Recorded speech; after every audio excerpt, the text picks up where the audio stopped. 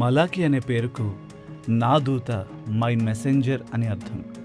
ఇశ్రాయేలీలు దేవాలయాన్ని తిరిగి నిర్మించి బలులు అర్పించడం మళ్ళీ మొదలుపెట్టిన తరువాత నెహెమ్యా కాలానికి చెందిన ఒక ప్రవక్త ఈ గ్రంథాన్ని రచించాడు. ఇశ్రాయేలీలకు దేవుడు చెప్పబోయే చివరి ప్రవచన వాక్యాలను రాయడం మలాకీకి అప్పగింపబడిన ఒక కఠినమైన బాధ్యత. మలాకీ దేవుని మాటలను నమోదు చేసిన తరువాత దేవుడు 400 సంవత్సరాల పాటు మౌనంగా ఉన్నాడు.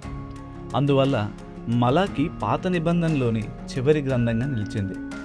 అది నిరాశ, నిరుత్సాహం, సందేహాలతో కూడిన కాలమైనప్పటికీ మలాకీ ఒక నాయకుడిలా ఆలోచించాడు. అతను వాస్తవ పరిస్థితులను విశాల దృక్పథంతో అర్థం చేసుకున్నాడు. ప్రతి పరిస్థితిని దేవుని దృష్టికోణం నుండి చూడాలని అతడు ఇతరులకు నేర్పించాడు.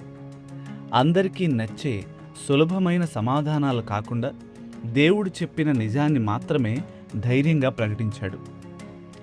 దేవునికి చెందాల్సిన దశమ భాగాలను ప్రజలు ఇవ్వడం మానేశారు. అలాగే దేవునికి అర్పించే బలుల విషయంలో కూడా నిర్లక్ష్యంగా ఉన్నారు. యాజక నాయకత్వం అవినీతిమయం కావడం వల్ల ఆరాధన అనేది ఆసక్తిరహితంగా మరియు యాంత్రికంగా మారినప్పుడు మలాకీ వారి వైఖరిని గమనించి ప్రజలు మారిపోయినా దేవుడు మారలేదని వారికి గుర్తు చేశాడు. తమ ప్రమాణాలకు అనుగుణంగా దేవుడు మారాలని ప్రజలు కోరుకున్నప్పటికీ ఆయన మారడు. మలాకీ తన గ్రంథంలో దేవుడు న్యాయవంతుడని, నిజమైన ప్రేమ కలవాడని, తన ప్రజల మీద ఉన్నతమైన అంచనాలు కలిగి ఉన్నాడని మలాకీ వివరించాడు. అలాగే నీతిమంతులు చేసిన కార్యాలను కూడా నమోదు చేశాడు.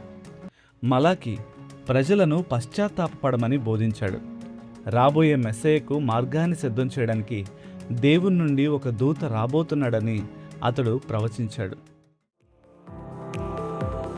బైబిల్ ఇన్ఫ్లుయెన్సర్స్ అనే సిరీస్ మీకు ఆశీర్వాదకరంగా ఉంటే మా ఈ ప్రయత్నానికి లైక్, షేర్ అండ్ సబ్స్క్రైబ్ చేసి మమ్మల్ని ప్రోత్సహించండి.